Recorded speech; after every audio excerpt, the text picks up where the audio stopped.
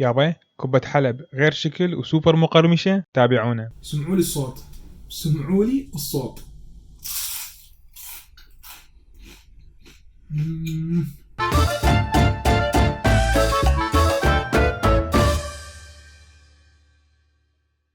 عندي هنا تمن راح انقعه واغسله كلش زين بحيث المي مالته يطلع من عنده كل النشا ويصير عندنا مي شفاف. راح نجيب جدر طبخ التمن من شركة باناسونيك اللي وصلنا من شركة الحافظ، راح نخلي بيه المصفي اسفل الجدر، نخلي كمية التمن واللي هي تقريبا كوبين، راح نخلي فوقها كمية زينة ملح، رشة زينة كركم حتى ينطينا اللون الاصفر، وكوبين التمن راح اخلي فوقهم كوبين وربع مي حتى شنو يصير التمن عندنا شوية معجن.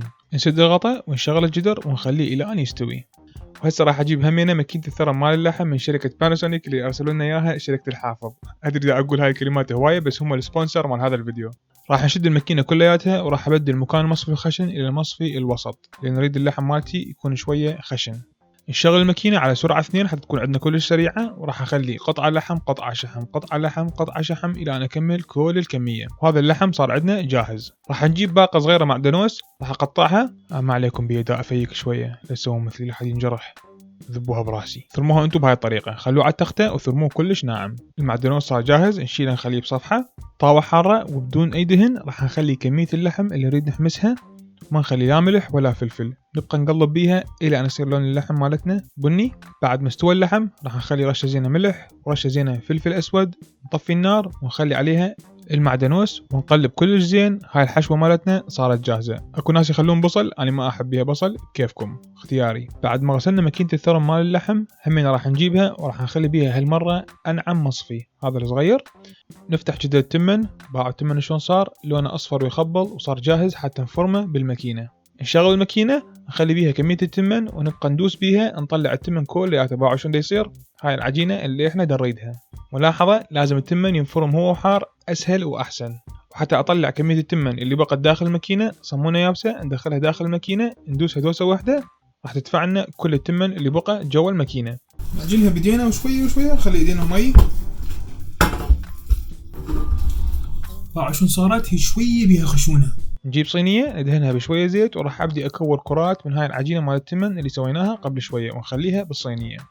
وهسه راح يلتحق عندنا بطل عالم بالتكوير واللي هي دلال. باع عشان تشتغل تاخذ كميه من العجينه تكورها بديها وتخليها بالصينيه.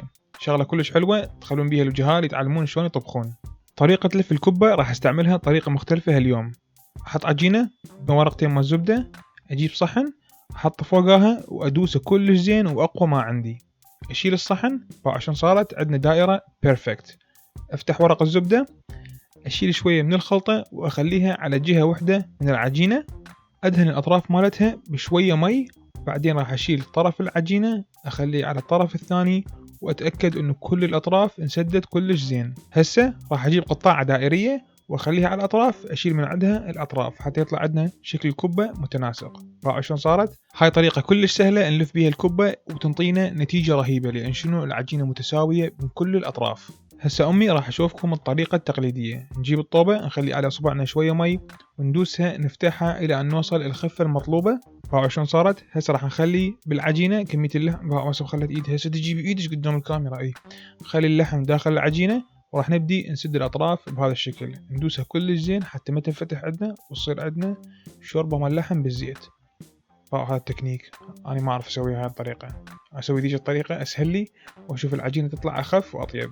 نحضر زيت الغزير، لازم يصير مالتنا الزيت كلش حار. راح انزل بيه الكبه شويه شويه الى ان تتحمر على الجهتين. تقريبا راح تاخذ لكل جهه 5 دقائق، يعني 10 دقائق تطلع عندنا كبه توب. شلون صارت نفخت وصارت تخبل وكلش كريسبي. هسه راح نشيلها ونخليها على الكلينكس حتى شنو كل الزيوت تمتص من الكبه وتطلع عندنا كلش خفيفه. نخلي الكبه مالتنا بالصحن شويه نفيك همين نفرهم عشان فرة حلوه. هسه شنو سمعوا لي الصوت، سمعوا لي الصوت.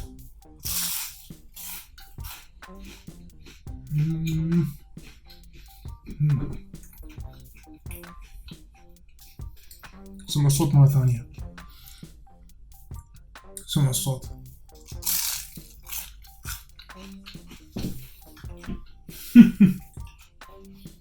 يابا هاي كبة حلب او كبة تمن على طريقتي. طريقة اللف همينة الطريقة كلش سهلة وهمينة على طريقتي. ان شاء الله حبيتوها. صيامكم مقبول إن شاء الله. وهذا الفيديو كان برعاية باناسونيك والوكيل الحصري مال الأجهزة المنزلية مال باناسونيك شركة الحافظ. شكرا على الدعم مالتكم. في مال